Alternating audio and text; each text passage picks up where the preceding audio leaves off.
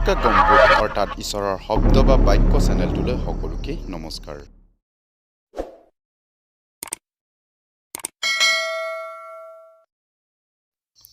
আপুনি খ্ৰীষ্টক বিশ্বাস আৰু অনুকৰণকাৰী নেকি? তেন্তে আহক এই গুৰুত্বপূৰ্ণ প্ৰশ্নক লৈ আৰু এই প্ৰশ্নৰ উত্তৰ পবিত্ৰ বাইবেলৰ পৰা চাওঁ আহক। আপুনি প্ৰকৃত খ্ৰীষ্টীয় জীৱন কেনেকৈ উপলব্ধি কৰিছে? এই প্ৰশ্ন সকলো মানুহৰ কাৰণে উপযুক্ত নহ'বও পাৰে। কিন্তু এজন প্ৰকৃত খ্ৰীষ্টক বিশ্বাসীৰ জীৱনত এই প্ৰশ্ন অতি গুৰুত্বপূৰ্ণ। 1 নম্বৰ, আস্তৰ বচন। আপুনি এজন প্ৰকৃত খ্ৰীষ্টীয় বিশ্বাসী হিচাপে আস্তীয় বচন অধ্যয়ন কৰাটো অতি গুৰুত্বপূৰ্ণ।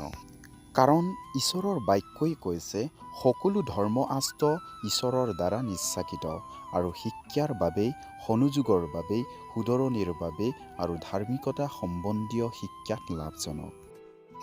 2 নম্বৰ, ঈশ্বৰ। যেতিয়া আপুনি আস্তৰ বচন অধ্যয়ন কৰিব, আপোনাৰ জীৱনত ঈশ্বৰে ওচৰ চাপি আহিব। যেতিয়া আপোনাৰ জীৱনত ঈশ্বৰে ওচৰ চাপিব, তেতিয়া আপুনি ঈশ্বৰক ভালকৈ বুজিব পাৰিব আৰু ভালকৈ জানিব। কিয়নো পবিত্ৰ বাইবেল যোহন 1:1 কৈছে, আদিতে বাক্য আছিল, বাক্য ঈশ্বৰৰ সৈতে আছিল আৰু এই বাক্যই স্বয়ং ঈশ্বৰ।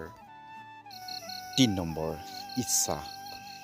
যেতিয়া আপুনি ঈশ্বৰক বুজি পাব আৰু ঈশ্বৰক জানিব, তেতিয়া আপুনি ঈশ্বৰৰ ইচ্ছা কি তাকো বুজি পাব আৰু জানিব পাৰিব। কিয়নো ঈশ্বৰৰ বাক্যই কৈছে, ঈশ্বৰৰ ইচ্ছা এই যে সকলো মানুহেই যেন পৰিত্ৰাণ আৰু সত্যৰ জ্ঞান পায়। 4 নম্বৰ, জীৱন। যেতিয়া আপুনি ঈশ্বৰৰ ইচ্ছা কি তাক বুজি পালে আৰু জানিলে, তেতিয়া আপোনাৰ জীৱনত আপুনি প্ৰকৃত খ্ৰীষ্টীয় জীৱন উপলব্ধি কৰিব। কাৰণ পবিত্ৰ বাইবেল যোহন 6:35 কৈছে, জীৱন দিওঁতা আহাৰ ময়েই, যিজনে মোৰ ওচৰলৈ আহে তেওঁ কেতিয়াও ভোক নেলাগিব আৰু যিজনে মোক বিশ্বাস কৰে তেওঁ কেতিয়াও পিয়া নেলাগিব। এই বিষয়টো যদি আপুনি আপোনাৰ জীৱনত গুৰুত্বপূৰ্ণভাৱে নলয়, তেন্তে আপুনি ঈশ্বৰক অভিযোগ দিয়াৰ বাহিৰে আপোনাৰ একোৱেই নাথাকিব।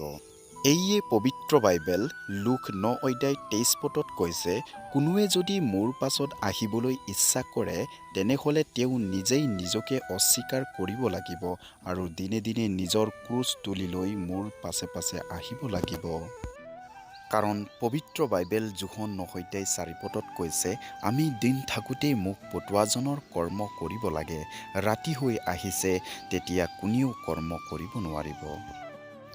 এইয়ে দিন থাকোঁতেই আস্তৰ বচন, ঈশ্বৰ আৰু ঈশ্বৰৰ ইচ্ছা কি তাক জানিব লাগিব আৰু বুজিব লাগিব। তেতিয়াহে জীয়াই থকা জীৱনটো উপলব্ধি কৰিম আমি কিয় পৃথিৱীত জীয়াই আছোঁ।